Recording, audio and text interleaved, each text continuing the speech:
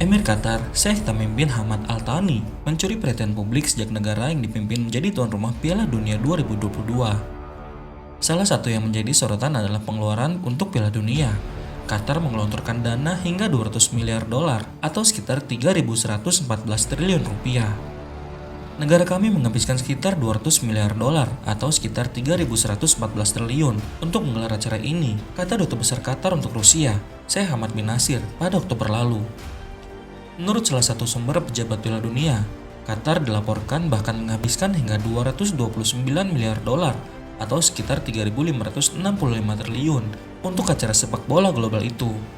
Dengan uang ribuan triliun itu, Qatar membangun sejumlah infrastruktur yang dibutuhkan selama Piala Dunia 2022 berlangsung, seperti 7 stadion bola, hotel, dan memperluas bandara negara, jaringan kereta api, serta jalan raya.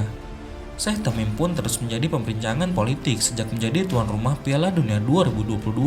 Pada penutupan pesta bola 4 tahunan itu, Sheikh Tamim kembali menjadi sorotan, terutama saat memberi jubah bis kepada Lionel Messi usai Argentina menjadi juara.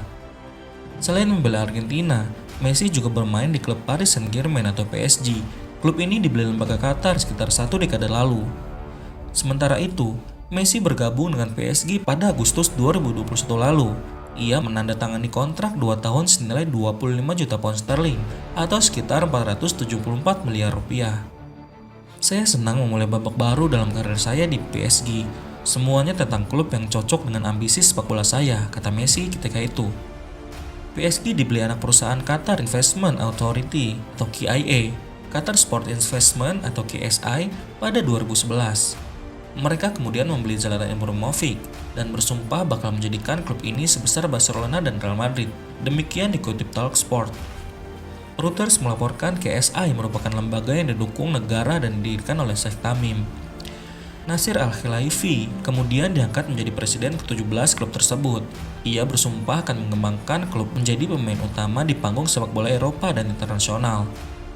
Selama beberapa tahun terakhir, PSG menunjukkan kemajuan di dunia sepak bola, baik di Prancis maupun Eropa. Pada 2020 lalu, PSG masuk ke final Liga Champions untuk pertama kalinya dalam 50 tahun. Demikian dikutip situs resmi PSG. Al-Khelaifi disebut dekat dengan Sheikh Tamim. Dia juga dilaporkan menjadi perantara pemimpin Qatar itu untuk membeli PSG.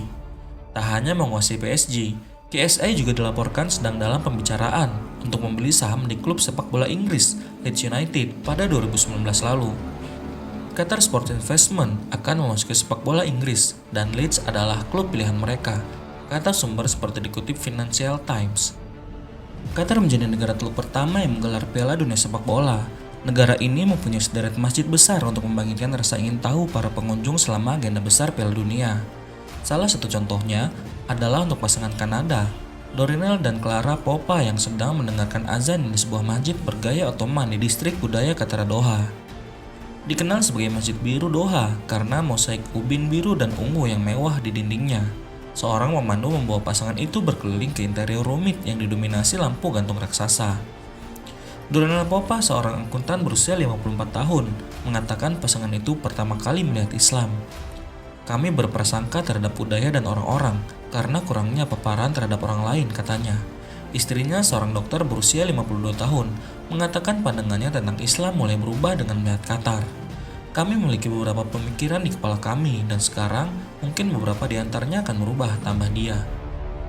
Lembaga The Qatar Quest Center yang menjadi Masjid Biru telah membawa puluhan pengkhotbah muslim dari seluruh dunia ke Qatar untuk mengikuti turnamen tersebut. Di luar masjid terdapat boklet dalam berbagai bahasa yang menjelaskan Islam dan Nabi Muhammad SAW bersama dengan kopi Arab dan kurma.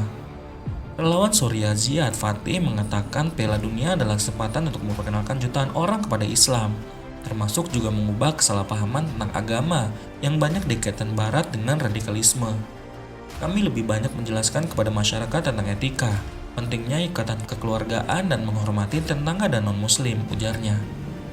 Di dekat masjid, para sukarelawan mengatur meja yang ditunjukkan untuk mengunjungi wanita dengan tanda bertuliskan, "Tanya saya tentang Qatar." Mereka yang singgah juga ditawari kopi Arab. Seorang relawan Palestina, Somaya, mengatakan sebagian besar pertanyaan menyangkut cadar, poligami, dan apakah perempuan ditindas dalam Islam. Pengunjung juga dapat menonton tur realitas virtual Islam selama 5 menit. Kampanye ini sedang dilakukan di seluruh Qatar. Di distrik Pearl, di mana banyak ekspatriat tinggal dan sering mengunjungi kafe dan restoran mahal, mural telah dilukis dengan kutipan dari Nabi Muhammad SAW yang mendesak moralitas yang baik. Pusat perbelanjaan kelas atas memasang iklan yang mempromosikan Islam. Sedangkan di pasar Souk Waqif, tempat ribuan penggemar berkumpul setiap hari, buku dan pamflet gratis ditinggalkan di salah satu gang dengan tulisan, "Jika Anda mencari kebahagiaan, Anda akan menemukannya dalam Islam," katanya. Pusat Kebudayaan Islam Syekh Abdullah bin Zayed dibuka 12 jam sehari untuk wisata. Beberapa pemimpin muslim di Qatar telah menyerukan upaya untuk mengubah penggemar sepak bola yang berkunjung ke Islam. Sultan bin Ibrahim Al-Hashimi, seorang profesor hukum syariah di Universitas Qatar yang mengepali stasiun radio Voice of Islam, mengatakan Piala Dunia harus digunakan untuk menemukan mu'alaf baru serta melawan Islamofobia. Jika saya menemukan kesempatan, saya akan menawari mereka Islam dengan mudah dan anggun. Dan jika saya tidak menemukan kesempatan, saya akan memberitahu mereka bahwa Anda adalah tamu kami dan saudara kami dalam kemanusiaan, kata Sultan. Namun dia juga menekankan bahwa Islam tidak menerima konversi melalui paksaan.